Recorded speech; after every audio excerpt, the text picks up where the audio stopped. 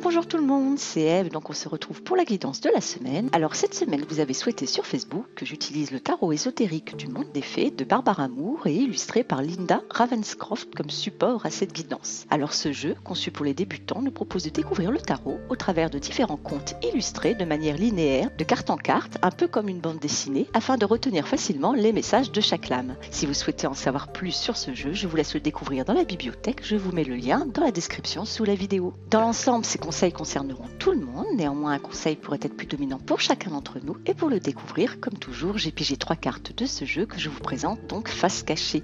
Il vous faudra en choisir une. Ne vous inquiétez pas, je vous laisse environ 10 secondes pour faire votre choix avant de retourner les cartes.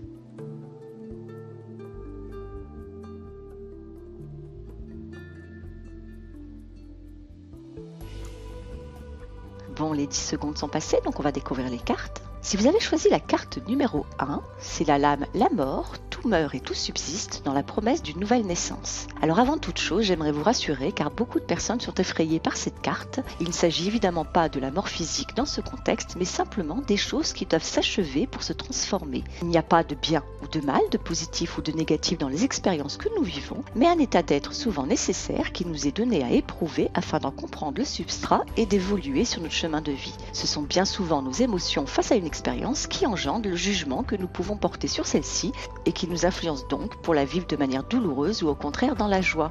Et c'est justement le regard que nous portons sur ces expériences, teintées de neutralité ou pas, qui engendre nos émotions. Je rencontre beaucoup de personnes qui finalement se sentent soulagées de voir apparaître la mort lors de consultations, car cette lame est l'indice d'opportunité permettant de pouvoir changer quelque chose d'important dans leur vie, et ces personnes avaient jusqu'alors la sensation de ne pouvoir le faire. En effet, au cours d'une vie, nous ne cessons de vivre la mort. De l'enfance, nous naissons adultes, des relations naissent pour parfois s'achever et laisser naître d'autres rencontres. Notre vision du monde évolue constamment afin de laisser place à d'autres croyances. Nous quittons un travail pour un autre, nous quittons un lieu de vie pour s'installer ailleurs. L'hiver se tait en silence pour que le printemps puisse naître, etc.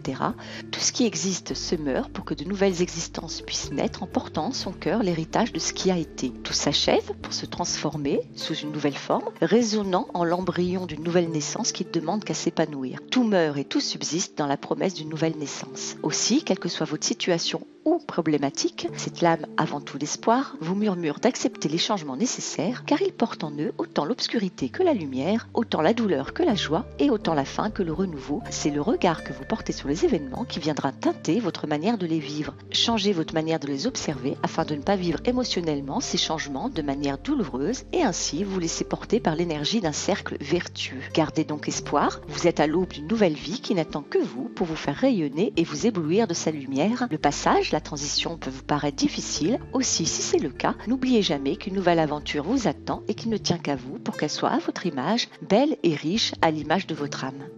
Si vous avez choisi la carte numéro 2, c'est le diable. Respectez votre nature fondamentale. Il est mignon ce petit diablotin qui chuchote à nos oreilles quelques proses délicieusement tentants. Charismatique à souhait, il se joue de nos points faibles pour parfois nous faire faire n'importe quoi ou nous influencer dans nos choix que nous regretterons peut-être plus tard. Nous portons tous en nous ce diablotin aussi léger et insouciant qu'il peut être que lourd et pesant quand nous luttons contre certaines idées qui nous traversent. Cette lame vient nous conter l'histoire de notre humanité, celle de la matière et donc de nos désirs et impulsions les plus primaires. Nous avons souvent tendance à rejeter cette partie de nous-mêmes qui nous rappelle notre condition et qui pourtant a besoin d'être acceptée pour trouver un équilibre entre toutes nos composantes. Le diable nous fait l'honneur de sa visite. Oui, il y a beaucoup à apprendre de son enseignement pour nous murmurer que notre évolution nécessite aussi un juste équilibre entre la matière et l'esprit. En somme, c'est bien souvent quand nous refusons, nous bridons ou rejetons nos besoins et désirs primaires que nous laissons place aux excès nuisibles pour soi et les autres. Ce refoulement de nos instincts finit par s'exprimer de manière néfaste. C'est ainsi que notre nature fondamentale finit par s'exprimer de manière excessive, créant des dépendances, des obsessions et autres comportements nocifs, prenant parfois même le contrôle de notre vie. Quelle que soit votre situation, cette lame vous interroge sur quelque chose dans votre vie qui a pris les commandes de la situation et vous demande de comprendre quelle partie de votre nature fondamentale n'avez-vous pas raisonnablement satisfait. Il peut s'agir de multiples choses. L'impression de n'être reconnu, compris ou aimé peuvent par exemple réveiller votre orgueil afin de vous en défendre. Une sensation de manque affectif ou matériel peut vous rendre avare de compassion ou de partage. Une sensualité refoulée peut par exemple vous plonger dans des dépendances de tout ordre, parfois difficilement avouables.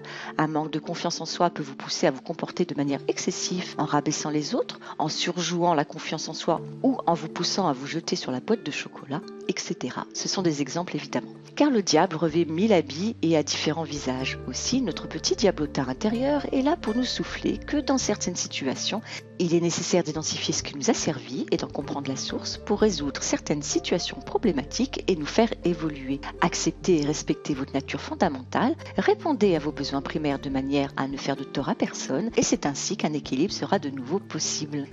Si vous avez choisi la carte numéro 3, c'est la lune. Ne confondez pas désir, peur et vérité.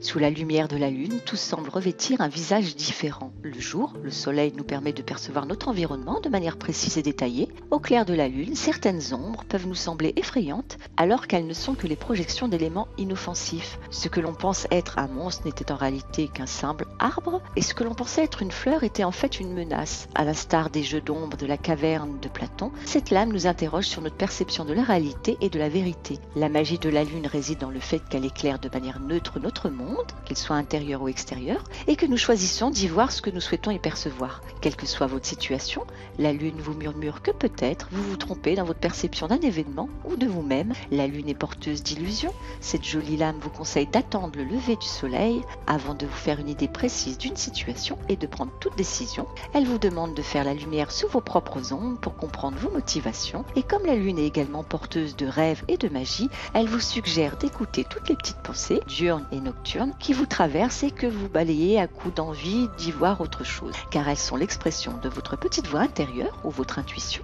qui révèle une partie de la vérité. Parfois, les situations portent l'habit de nos désirs sur une réalité déceptive, parfois les situations revêtent l'habit de nos peurs sur une réalité plutôt étonnante. Aussi, profitez de la magie de la lune qui ouvre la porte de votre monde intérieur et de votre imaginaire, mais essayez de ne pas confondre désir et peur avec la vérité. Sur ce, je vous souhaite à tous une excellente semaine. Je vous fais des gros bisous, puis je vous dis à bientôt.